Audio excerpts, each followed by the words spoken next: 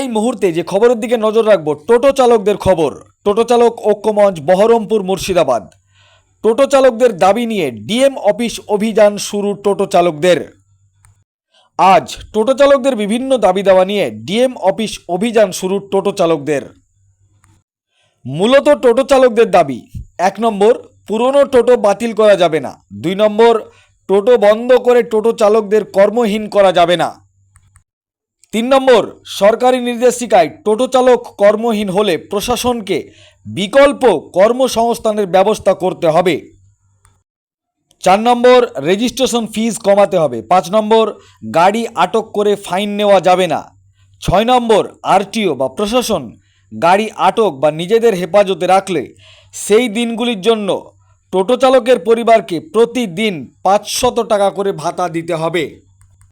7 নম্বর, প্রতিটি টোটো চালকের জন্য 60 বছর পর পেনশনের ব্যবস্থা করতে হবে। 8 নম্বর, প্রশাসনকে টোটো চালক সহ গাড়ি এবং যাত্রীর উভয়ের সুরক্ষার দায়িত্ব নিতে হবে।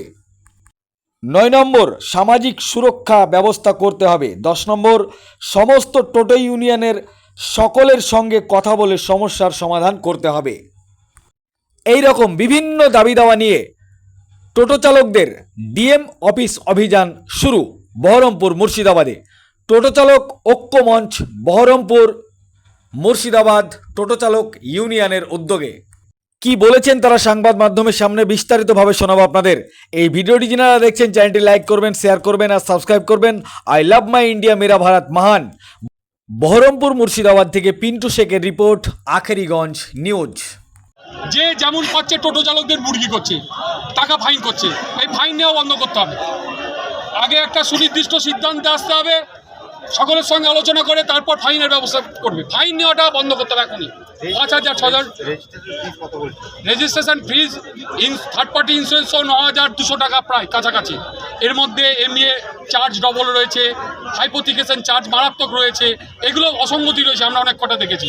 এগুলো কমাতে হবে। প্রত্যেকটা জায়গায় যদি 100-150 টাকা করে সরকার কমায়, 9টা পয়েন্ট রয়েছে, ওখানে অটোমেটিক 1800-1900 টাকা কমে যায়। আমাদের কমবে, তাহলে টোটো চালক ভাইরা দেখেন, এটা সত্যি করে কথা যে নির্দিষ্ট সঠিকভাবে যদি রেজিস্ট্রেশন ফিজ হয় তাহলে সকলে দিতে পারবে। যদি আকাশ ছোঁয়া রেজিস্ট্রেশন ফিজ হয় কেউ দিতে পারবে না। এই আলোচনাটা সকলের সঙ্গে বসে করতে হবে। আমরা দেখেছি যে কোনো উৎসব বলে প্রশাসন বসে, টোটো চালকদেরকে নিয়েও বসতে হবে। আমাদের দাবি সুনির্দিষ্ট যে আমরা যদি কোনো টোটো চালক টোটো গাড়ি বন্ধ রাখে, প্রতিটা টোটো চালককে 500 টাকা করে দিন প্রতি ভাতা দিতে হবে। প্রতিদিন 500 টাকা করে সংসার চালানোর জন্য। আমরা আর একটা দাবি রেখেছি, সামাজিক সুরক্ষার ব্যবস্থা করতে হবে এবং টোটো চালক ভাইদের যাদের বয়স হয়ে যাবে 60 বছর, সরকারকে প্রত্যেকটা টোটো চালক ভাইদের পেনশনের ব্যবস্থা করতে হবে। এমপি এমএলএ সবাই পেনশনের ব্যবস্থা করতে হবে। আমি বলি, আমাদের এই সুনির্দিষ্ট দাবি নিয়ে আমরা জেলা শাসকের কাছে যাব। প্রত্যেকের কাছে অনুরোধ, আপনারা আগে বিগত দিনও সহযোগিতা করেছেন, আজকেও করবেন। আমরা শান্তিপূর্ণভাবে জেলা শাসকের কাছে যাব, দাবিটা মানুন।